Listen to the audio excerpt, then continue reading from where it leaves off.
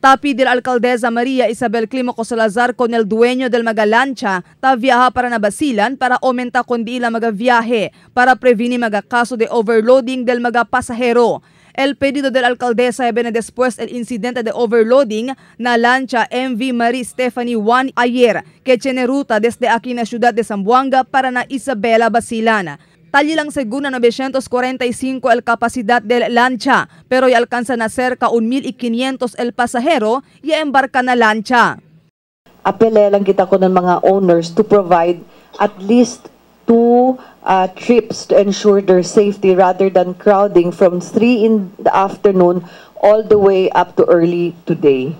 As early as 3 yesterday afternoon, there was a vessel, MV Stephanie Marie I, that was really overloaded beyond its capacity.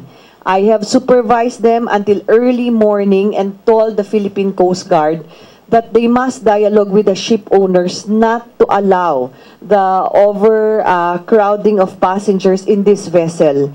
Y pidi también a la alcaldesa con el diferentes management del magalancha para no vende ticket con el pasahero sobra na di ila kapasidad. A ver para hindi tiene problema. Yaman na también acorda la alcaldesa con el pasahero para no masya insisti sige na lancha si bien lleno ya este a ver para evita aksidente. The city government will not tolerate overriding. There should be a policy of no ticket. They should not be allowed no ticket, no entry na pier pa lang. Kay bien dilikaw gayot si man obenta beyond capacity. Mientras tanto, pidi también a la alcaldesa na Marina para liya mahunta con el PPA, con el Coast Guard y con dueño del diferentes magalancha para busca mejoras para prevenir overloading del pasahero na magalancha o na barco.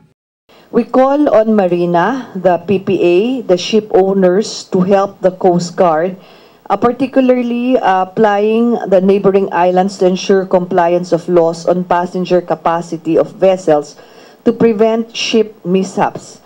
Marifita Mayo, Dateline Zamboanga.